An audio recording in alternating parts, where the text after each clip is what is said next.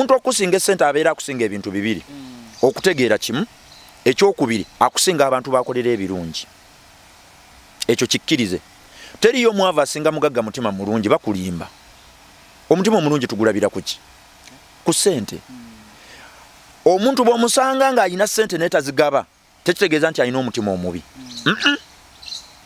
ssente ze abeera aziteeka mu bintu ebiyamba naye bitalabika physically tosobola biraba naye ng'alina abantu baziteekamu ssente kitegeeza abantu b'okolera obulungi omuwendo gwabwe mungi nnyo mbadde ngenda kuwa ekyokulabirako naye kiyinza okukosa abantu abamu abantu abasomesa betuyita abasomesa nga nange omulimu gwenkola ndi musomesa abasomesa babeera ne kilayanti omwomu ne bo mu nkulowooza kwabwe balowooza balina abakilayanti bangi kilayanti w'omusomesa tebabeera bayizi omumanyi nannyini ssomero omusomesa wa gavumenti kilayanti we ye gavumenti ye kilayanti atya omusomesa wa private nga osomesa mu ssomero ly'obwannannyini kilayanti wo tebaba baana abeera nannyini ssomero abaana ne bwe baba bakwagala nnyo nannyini ssomero akugoba gwe kilayanti w'omumanyi gyokolera emirimu eri ewala tusobola okwogerayo ku radio is okay okay kakati radio simba ye kilayanti wo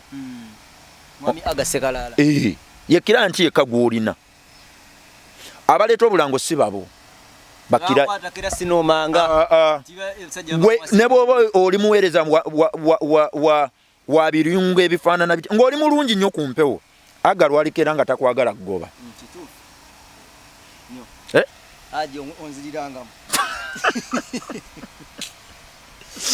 so kirungi nnyo okutegeera kasitoma wo bantu bangi nnyo abali mu mirimu naye nga tebamanyi bakilayanti baabwe kilayanti wa pharmaceutical company ekola eddagala si balwadde company nga Cipla bakilayanti baayo si balwadde kilayanti w'omumanyi ze pharmacy n'abasawo kubanga gwe ne bw'ogenda mu ddwaliro ng'oyagala panado bamukulemesa nagamba twala chloroquine oba eddala ebyo ebikuluma naye nga gwe wagenza oyagala kirala kitegeeza nti okutegeera obulungi okw'abasawo n'eddagala pharmaceutical companies balina kulaba nti abasawo bamanyi ebintu byabwe bye bakola okusinga gwe omulwadde nze sirinayo ddagala lyemmanyi kampani esinga kutunda ddagala mu nsi lyekola naye ate bwe ndwala omusawo agenda okunzijanjaba ye alimanyi kitegeeza kilayanti wa pharmaceutical company si mulwadde wabulaani basawo na pharmacies onfunye taata excuse me so kirungi kikulu nnyo okutegeera kilayanti wo kasitoma wo yaani bw'otategeera kasitoma wo kigenda kubeerera kizibu okukola ebintu kilayanti wo byayagala omanyi ffe tulina enjogera ne ba Ubraid ku business mind tusomesayo abantu baffe nti kilayanti talina kusanyuka era olumu okusanyusa kilayanti kibi kubanga essanyu lya kilayanti terina kkomo era bw'okigezaako making sure tanyiigamu omulundi n'ogutya kuba lwalinyiga talidda kambeko ekyokulabirako kyenkuwa singa oba otunda ngoye ng'oyagala kusanyusa kilayanti buli lwajja omuwa discount lwaligula n'otagimuwa talidda onfuna so olina okukuuma kilayanti mu ngeri ey'enkizo nti bw'aba agguzeeko ageraageranya bw'otunda n'abalala bwe batunda n'alaba nga gwe alina kyakufunako ekyenjawulo kyatajja mu balala naye teriba ssanyu okumanya nti okusanyusa abakilayanti bizinesi z'omu Kampala ezimu zakitegeera waliwo restaurant wano gye mmanyi abantu bagisabye capati okumala emyaka kati 5 naye yagaana ogikola Kampala ekyokunywera ku kyayi ekisinga okubeera ettutumu mu breakfast olowooza ki sumbusa na capati byebintu bibiri abantu bye basinga okulya naye okimanyi nti wano restaurant esinga okutunda emmere mu Kampala yagaana ogikola capati ate nga gye basinga okulya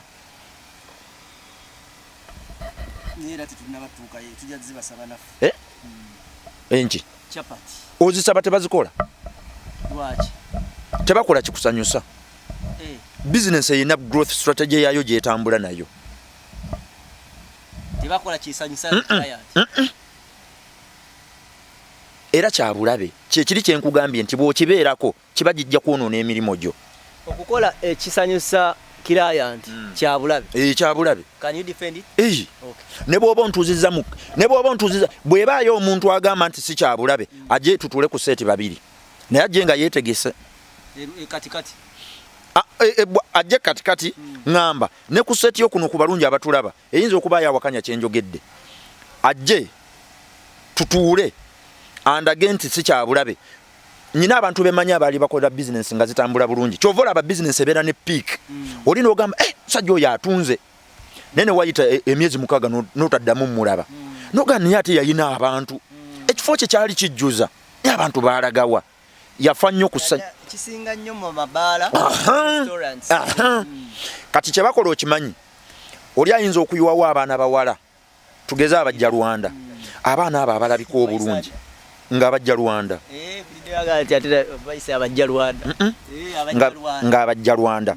Kati abaana abo ne babeera nga balina customer care mungi. Tebali customer care ali awo. Naye endabika. Endabika nnungi. Bw'ogula eccupa ya bbiya bagikuleetera ne babaako kugamba keya bagamba gula 5 tukuweemu emu ya bwereere. Kati bwe wayita emyezi 3 yafa ku ssanyu ly'abantu ne beeyiwa mu kifo. Bwe wayita emyezi 3 na realizing nti business teri kukola teri profitable. Bana abateekamu nnyingi. N'agamba abaana b'e Rwanda bano nedda. Badde nteeka milioni 10 buli mwezi. Ne billion abantu tumuzeeyo ku ssente abantu ze basobola. Bantu bajja kunywa kirungi ennamba eweze. Kasenda baguzi aweddeko. Abantu olumala ne muunu eyo. Ne balaba nga biwali obakolera tokyabikola nga buli muntu adda gye yali. Tewaliwo kirala nti gw'ofuna nga talina gy'abadde. Ngenza okujja no sina gye nsoose. Gye wandabirako. Kitegeeza nti buli kirala nti gw'osaavinga. Kankozese n'omukisa guno ndowooza abantu bo bano mbongereko ettaffaali. Buli kirala nti yenna gw'osaavinga mu bizinensi yo manya alina waavudde. Kikukakatako okumakinga sure afuna enjawulo wakati gwe gwazeeko omupya ne wakadde gy'abadde. Naye ensobi gy'otakola ng'ofunye client oyo kwe kulowooza nti gwe gwazeeko talina walala wasobola kulaga. Eyo ensobi togikola. Mu 9 munnange ne 8 business ze zaali zinoonya ba client. Mu 9 ne 8 business ba client be banoonyanga businesses. Onfuna? Okugenda obugenzi ku telecom company batusasuzanga ne service fee. Onfuna? Nga engoye gw'olina okunoonya abatunda ennungi. Oba awo n'omwami n'amulaba. Era wagendanga mu dduuka atunda n'asigala ng'anywa caayi. Kubanga kyatunda akirimu bw'atya. Wane Kampala omusajja yaleetanga amasuuti yabanga omu. Ogu! Mu Kiyembe ng'ali ogu. Electronics ng'ali ogu.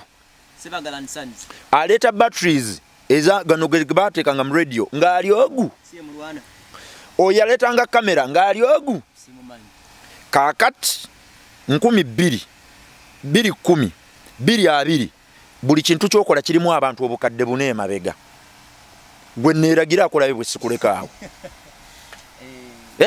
Kati okutegeera nti abantu balina options mpitirivu yensonga lwaki olaba ennaku zino era nabagamba mu business temuli kwetonda. Mu business temuli kwetonda era mu bulamu abantu tebasonyiwa ne mu business abantu tebasonyiwa. Omuntu okusonyiwa abeera just faking. Okusonyiwa manyi kitegeeza abantu baffe bano nakyo nkibalekere. Okusonyiwa kitegeeza okuzza omuntu mu kifo mwabadde ng'amaze okukukosa. Oyinayo omwana? Oyinayo? Oyina maidi? Wabagaana. Naye tolinayo omuntu akuyambako wakamirimu nga bw'onaayita omuntu akuwolezeeko. Ajja n'ayuza n'agenda. N'agenda. Kati kankubuuze. Singa omuntu oyo ajja ewaka n'omukwata ng'omwana we agezaako mmuwa obutwa. Naga muzeeyi nsonyiwa. Mbadde ngenda kukikola naye bansonyiwe. Omukkiriza ddemu alabirira omwana. Musanga ng'amugere ayagala mukubba. Tugende. Kakati. Oba omusonyiye omanyi waliwo kina okwesonyiwa nti oba musonyiye ekyo ekintu okinyumya paka lwolifa ti omusajja yali agezaako okunzitira omuki omwana kati bano abagenda eri Mr. Magala gy'atayagala abagendayo balowooza mbu oba osonyiye oba tomusonyiye. Okusonyiwa kutegeeza omuntu ekifo kyabaddemu nga tannakukosa muomuzza. Nti bw'oba obadde maidi nekwata ngu oyagala kutta mwana wange nkuleka okole negamba obadde ogezaako muwa butwa addamu okole kasita weetonze ekyo kiwedde abasinga bagobe nkusonyiye negenda abatakusonyiye. So ne mu business bakasitoma tebasonyiwa teweetonda. Kankuwa ekyokulabirako singa otuma omuntu delivery singa restaurant ebere deliverynga nokola order y'emmere nobaga naye munteeremu ne ka juice mu mabbali ne babipaakinga wamu ne juice ne bamuteeka mu mabbali baba baleeta katifini mwe basibye emmere ne kasaanuku ka juice n'ayiika mu mmere pannange ka juice ne kayiika mu mmere emmere neetuuka nga juice katogo n'akwetondera n'emmere n'agikulekera. Kira customer waffe tusaba otusonyiwe. Akubambi ate bambi wano mu Uganda namukooye ani nakooye bambi mu mirimu bambi ng'onoonya connection mulungi bambi oyo bansaasire ng'obadde wattutumu asuula oba nfuna singa oba obadde muyimbi n'oyitiriza okwekaabya mu kamera ogwa ekisa tekiwangaala kibeera kya kiseera ekiwangaaza abantu gy'emirimu gyo gy'oteekako engalo nga giyina abalala gye baga ate n'oginywereramu n'obalaga nti oli muvumu. Kyova olaba nti bapulezidenti ba US abasinga ebiseera ebisinga amaziga bakaba gassanyu naye mbu Ukraine erwana ne Russia ate ogenda okuwa speech otandika okukaaba n'obwesige babukujjamu obeera omutiitiizi anya kukwasa eggwanga ng'otya bw'otyo